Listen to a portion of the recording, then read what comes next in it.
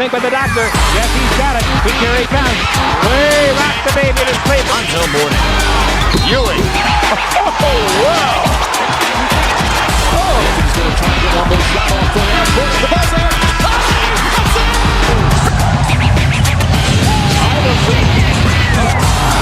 How about that? Steps over Teron Lou. He's got about three. He'll put up a three.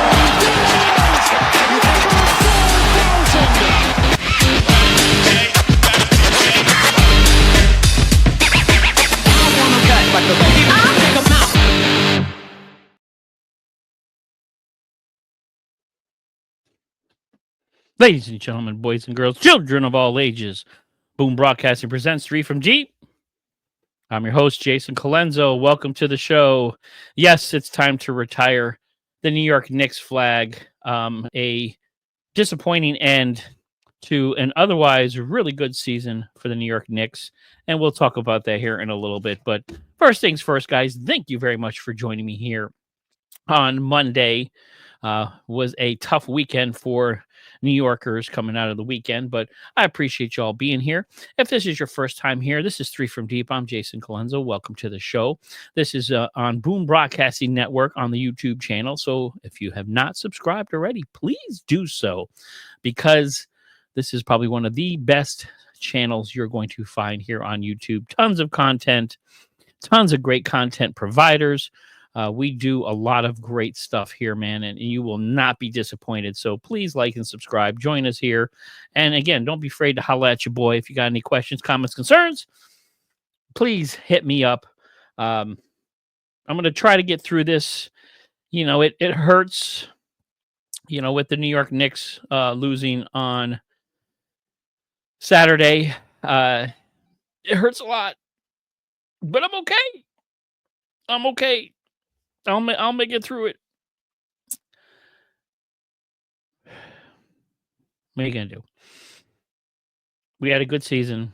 It just stinks to lose. And, of course, it stinks to lose to the Indiana Pacers, the whole choke thing. That's a whole nother story. But, yes, now we are down 2-2. We have our finals matchup after Indiana blitzes the New York Knicks on Saturday night, 125-108. I don't even think it was that close. Indiana came out looking sharp. Their defensive presence, their pressure on the ball, timely three-point shots. They wanted it more. They played hard, and man, that depth of that team really showed something. Knicks, you know, you guys tried. OG 24 points, Cat 22 and 14.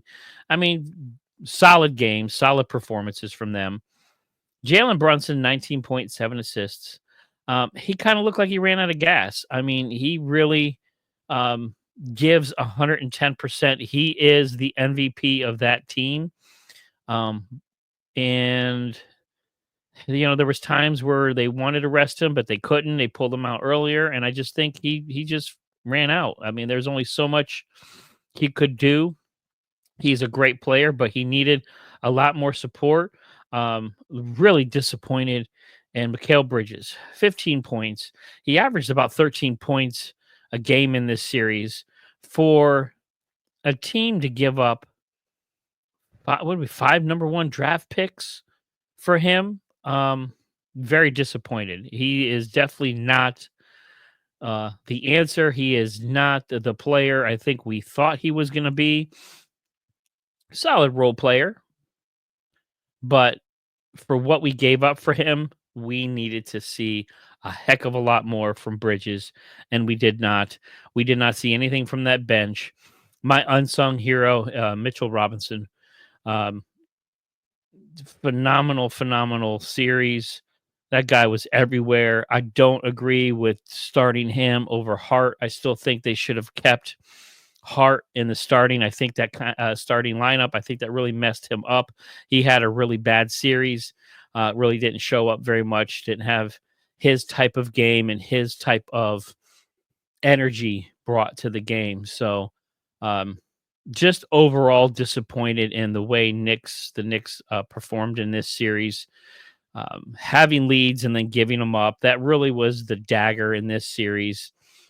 being up and in the Garden, and then having Indiana come back and just embarrass you at home. I think that really told the tale of this series. I think the Knicks were just kind of fooling themselves that they had a shot to win this. And unfortunately, it showed in this game 6. Indiana was just too fast. Um, again, New York did not play the game they needed to play. No sense of urgency, no perimeter defense. Um, they couldn't fight through the press. Indy was pressing them, which the Knicks should have done a lot of the other games in this series, which again drives me nuts. And all of that all comes down to coaching. We'll talk about that here in a second. But Indiana, man, the Indy 500, those guys just run. They have a deep team. And so far, they've had a heck of a run in these playoffs, eliminating the Bucks, eliminating the Cavs 60-win team. So to come from 4th in the East to make it to the NBA Finals, very impressive. So Pascal Siakam 31-5, Haliburton 21-13. As a consolation prize for New York Knicks fans, we can at least make fun of Haliburton, how he, the stuff that's trending right now, going viral, is his reaction to thinking he was going to be the MVP of the series, and it ended up going to Pascal Siakam, which I believe is right. I know I had this argument with Cody from Drew Code Sports Talk on Saturday's show. If you guys haven't checked that show out, you got to do it. Although I'm disappointed, Cody, because he called this Knicks going to Game 7, and it didn't happen. So, but I just don't think Tyrese Haliburton is that guy. He is not the alpha dog on that team. I don't see him as a major superstar. He's a good player. He has tons of potential. But right now, Pascal Siakam showing how important he is to that team, bringing playoff pedigree, championship pedigree, because, of course, he won in Toronto. So he knows what it takes to win. And he was critical in a lot of those games, a lot of the comeback games. Pascal Siakam deserved that MVP award. I still don't think Haliburton is on his level. Plain and simple. Guys, let me know what you think. Drop me a line. Is Haliburton a superstar? Or is he just a good NBA player that is trying to be fluffed to something he's not? That Pacers team is deep. It's not like they needed Haliburton to win a bunch of games. He's not a Jalen Brunson. The Knicks needed Jalen Brunson to have a 30-plus point game. They needed to slow that game down. They needed a defensive presence throughout the game, pressuring and really blitzing them. But instead, Indiana did what the Knicks should have done to win the game, and they didn't. So here we are. But what did the Knicks do now? Well, they definitely got to get Jalen Brunson some help. He ran out of gas. I think he played as hard as he possibly could. Karl-Anthony Towns had some solid games. He's a double-double machine. That's what he does. That's why they traded for him. It's not like he disappeared. He didn't do an Edwards and just kind of shrink and disappear. But Mikal Bridges, averaging 13 points a game for a player of your caliber and what you're supposed to be to that team, is not going to cut it. OG Anunoby, a little more consistency. He is a good player, man. He just needs to be a little more consistent. But we definitely need to get Brunson some help, and we definitely need some bench depth, man. That bench was outscored horrendously in this series. I saw the numbers, and I don't even want to say them because it makes me nauseous. I kind of want to throw up in my mouth how bad a discrepancy was. How bad the discrepancy was between the Pacers and the Knicks. And you talk about bench points and how deep that Pacers bench was. with Nemhard. Not Nemhard, excuse me. Who am I thinking of here? My brain is not working, so let me get my notes. Benedict Matherin came off the bench and had some really, really good games. Obi Toppin came off the bench, a former New York Knick, gave him some good. TJ McConnell, the little engine that could, key shots, the I dare you to make a three-point shots he made that just kind of were momentum killers. The Knicks were kind of fighting their way back in that game and just could not get past Indiana. They tried to run. You can't run with a cheetah. Those guys are just too fast. You had to slow them down. You had to play your game. You had to go low and get the and ones, get them in foul trouble, something. You had to kind of slow the game down, and you did not, because once they kind of got close after halftime, you guys were right there at halftime, and then Indiana blew the doors off you with a run, and then the Knicks made a run. And then instead of trying to slow the game down, you let Indiana run. And as soon as they started running, that was it. They were off to the races. They were gone. Terrible. So get Brunson some help. Knicks, you got to work on that bench. You got to get some depth. You got to find somebody that you can pull. You need a 6th man of the year kind of deal. You need someone like a Peyton Pritchard that can come off the bench and not just give you a spark, but also give you 15 plus points a game. So definitely are missing a lot of that bench depth. And again, I still believe that Tom Thibodeau needs to be fired as the New York Knicks head coach. He's been there 5 years. He's improved the team. 41 wins the first year, 37 wins, 47-50 last year, and then 51 wins this year. Early exit in the playoffs last year. You made it to the Eastern Conference Finals this year, but Tom Thibodeau has never won anything. He's never been to the finals. His stops, he's always fell short. This series, he was out-coached.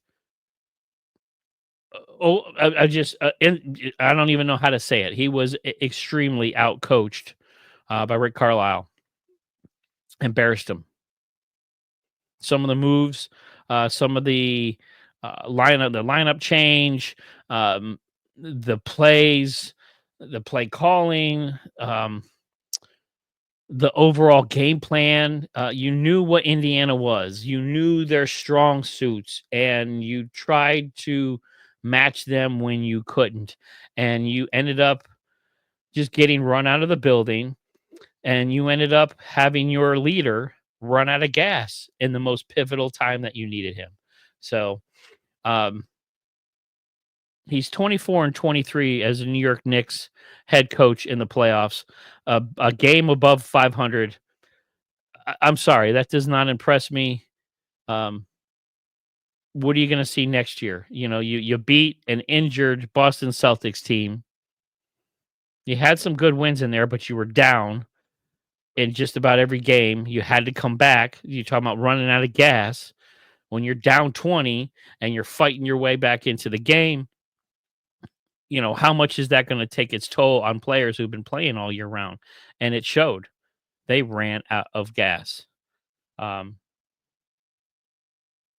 He's got a good winning percentage in the regular season, but guys, it's not about the regular season. Yes, you need to make the playoffs and you have to have a good regular season, but it's all about what you do in the playoffs. It's all about getting the chip and being put in a position to win.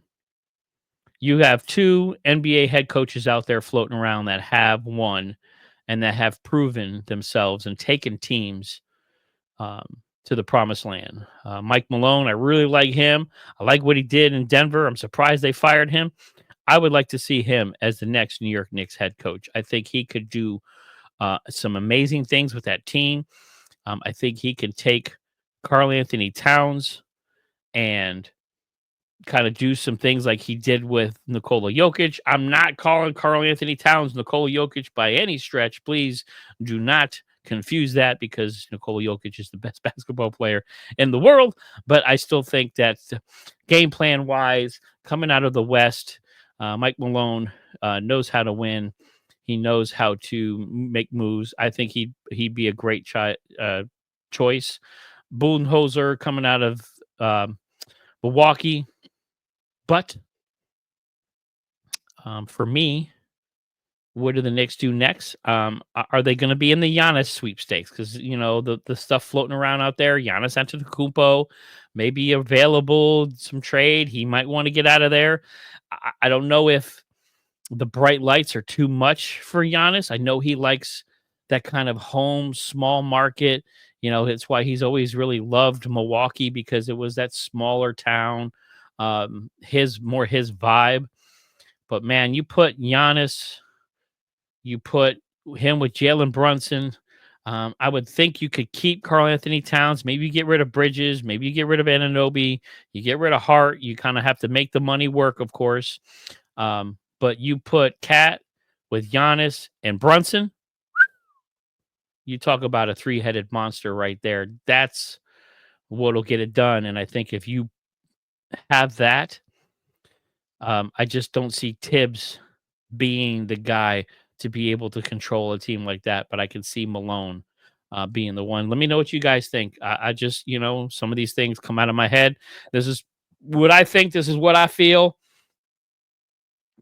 Call me crazy, but I think it would be great. The other one that's out there is, of course, Kevin Durant, who is going to be out of Phoenix. I've never been a huge fan of Kevin Durant. I think he's just a mercenary. He's just points for hire. But right now, the New York Knicks, we ran out of gas and we needed points. So you put a Kevin Durant, you get rid of Bridges, you get rid of Hart, you put a Kevin Durant with Jalen and Karl Anthony Towns. Woo! Now that, again, three-headed monster. I just don't think Tom Thibodeau is the guy to get it done. His inability to coach in the playoffs was on full display during this Pacers playoffs run. Pacers are a good team, but you beat them in the regular season. They're fourth in the East. I just think the Knicks made them look that good. Are they a fast team? Yes. Are they a really good team? Yes. Are they a NBA champions team? I don't know. We'll talk about that here in a little bit. But my New York Knicks, it's going to be a long off season full of what ifs. It still stings. It hurts. Of course, Yankees getting blown out by the Dodgers on Saturday also kind of added to the pain, and then they lost Friday. And I just an overall bad weekend for New York, unless you're a Liberty fan. So thank you, Liberty, for at least continuing to do what you do. Sabrina Nescu and that crew there, Brianna Stewart, phenomenal. And we'll talk about the Liberty here. Again, 3 from deep. We're going to get into the WNBA because that's going on right now. We're down to our final 2 here in the association. Let's talk about that here for a minute. So now we have the NBA's worst nightmare. You have 2 small market teams in the NBA finals. And I was texting the Boom family earlier and yesterday on this too, about this is probably going to be the least watched NBA finals in the past maybe 10 years at least. You have the Oklahoma City Thunder, who a small market team, but at least everybody knows Shai Gilgeous-Alexander, league MVP. At least you have a little star cachet right there, a little star power. And then you have the Indiana Pacers. Haliburton, people know. Maybe some people know Siakam, but again, you have 2 of the least sexy teams you could possibly have in the NBA Finals. And right now, I guarantee the home office in NBA is just going, oh my God, we don't have New York, we don't have Boston, we don't have LA, we have Oklahoma, and we have Indiana. We have 2 teams that 98% of the weekend warrior NBA fan is not going to watch. So do not be surprised to see some really poor ratings coming out of these NBA finals. It's going to be rough. Now, as an NBA fan, of course, NBA fans are going to be watching. This is going to be a heck of a matchup.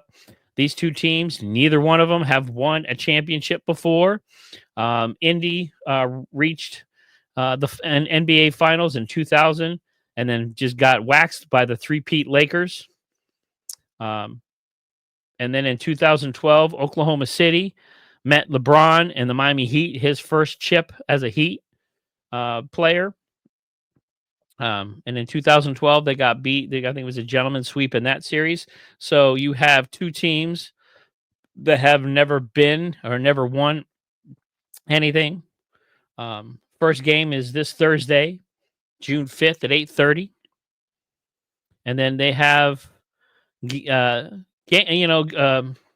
time off in between. And I think that was the other thing that hurt a lot of these series is the 1 day off in between. I think that really, really hurt. And I think that really killed the Knicks too, because again, just had no way of catching your breath running up and down the court against those Pacers who are accustomed to doing and playing that, and especially having the depth in the bench that they have.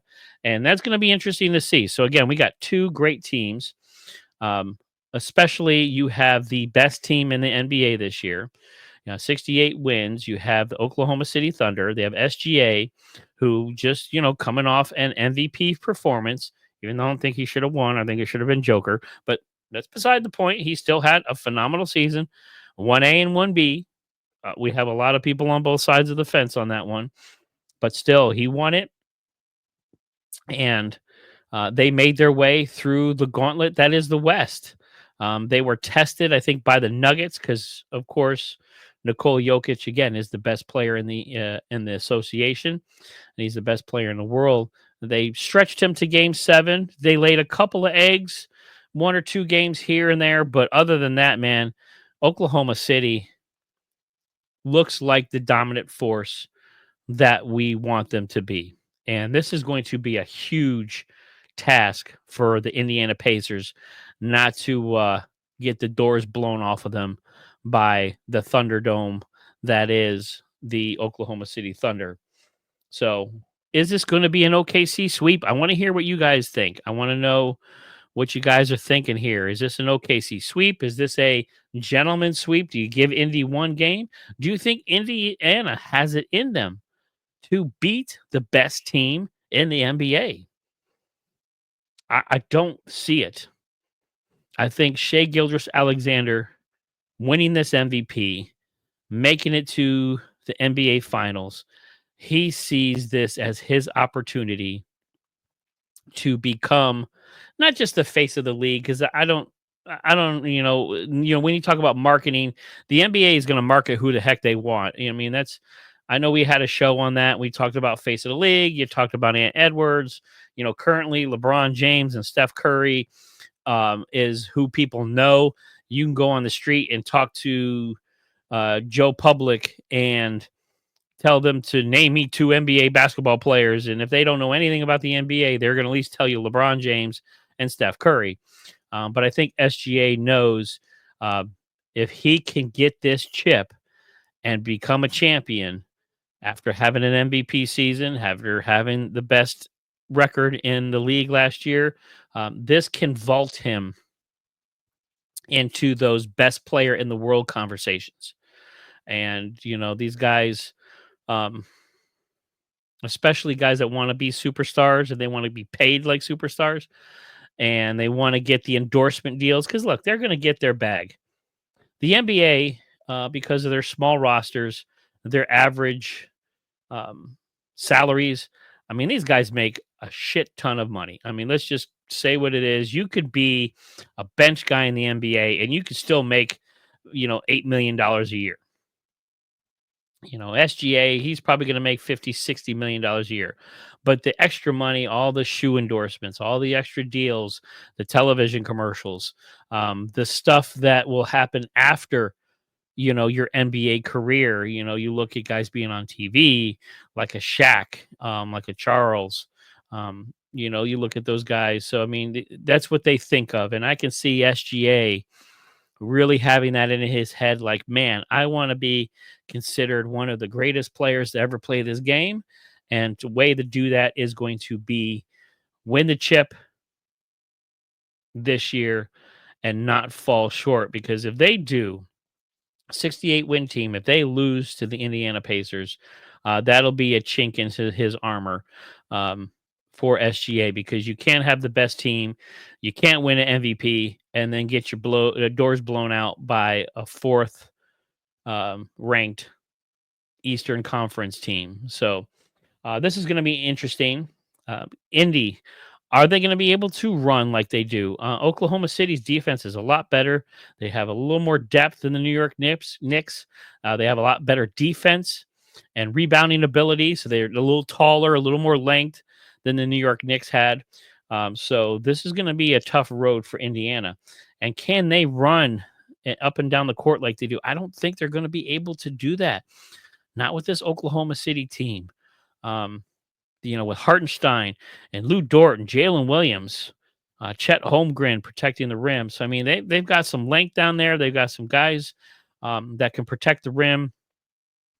This is going to be a very, very tall task for the Indiana Pacers. I didn't look at the line. I'm not a big bettor. I work too hard for my money, and I'm not lucky enough to win anything. So I don't look at money lines or favorites.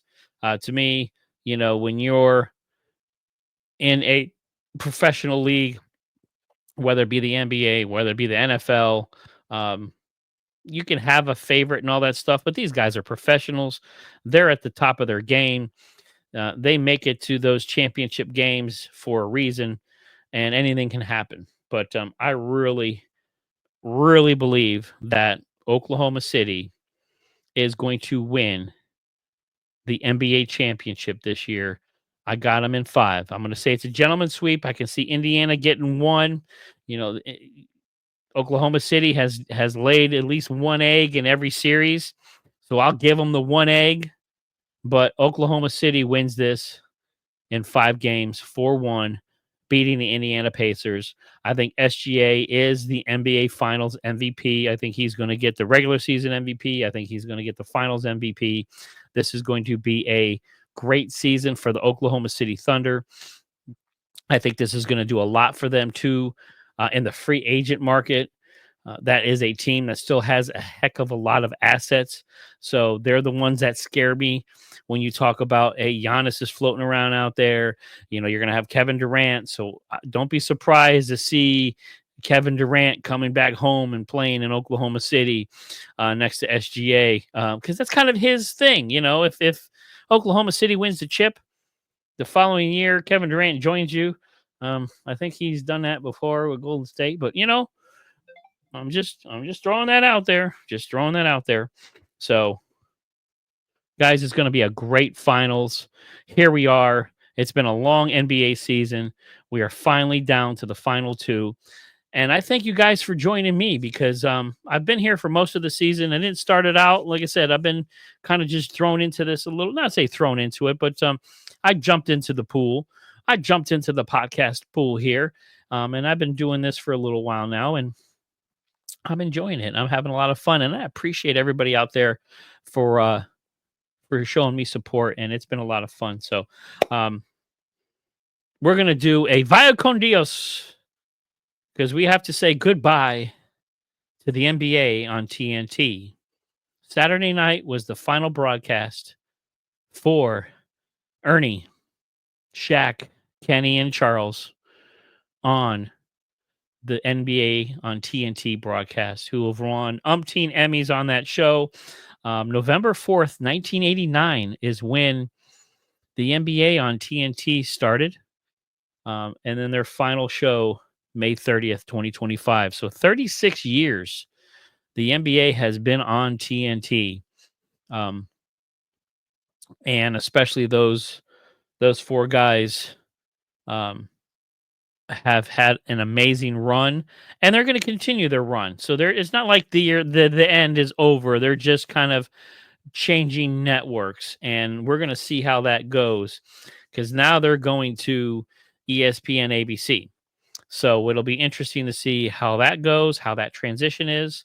If they're still going to be kind of the same crew and that same kind of vibe. Hopefully, ESPN doesn't mess with the mixture and doesn't mess with their their vibe. I really hope ESPN doesn't screw this up because Ernie, Shaq, Kenny, and Charles, those guys are a lot of fun to watch.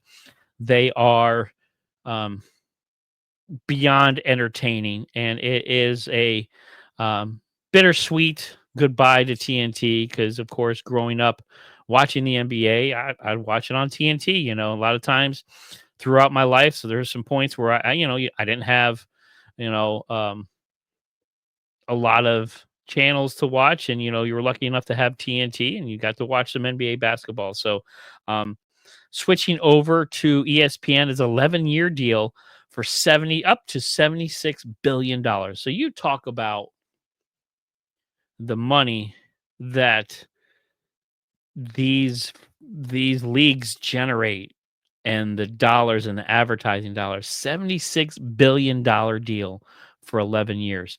That is insane. For regular guys like you and I, of course, will never really comprehend that kind of money. But that's how much money is involved. And that's why I think this finals is going to be very, very interesting.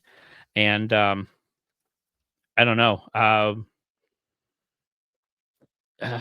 Again, I just think this is going to be probably one of the least watched NBA finals that we've seen in a very, very long time. So I thank you guys for joining me. We're going to deeper dive because, of course, the first game is not till Thursday. I may bring on a guest or two or something. I'm trying to think of what kind of I'm going to try to cook something up in the lab here to have a little fun with Wednesday's show because we'll have a deeper dive into the NBA finals.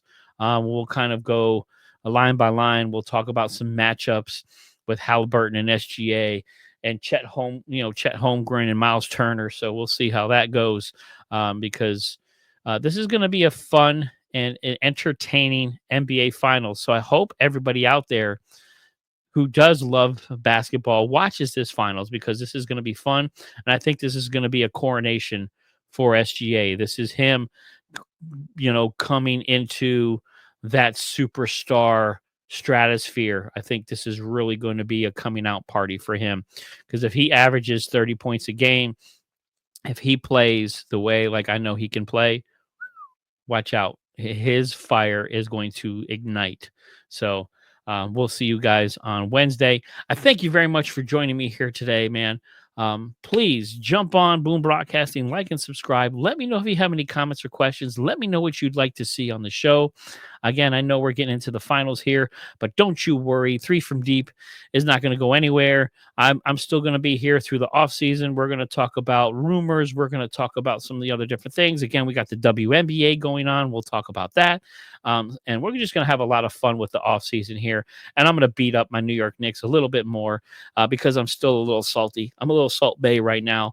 So thank you guys very much for joining me. I will see you on Wednesday at 12 p.m. This is Jason Colenso. This is 3 from Deep. And this is my time to say peace.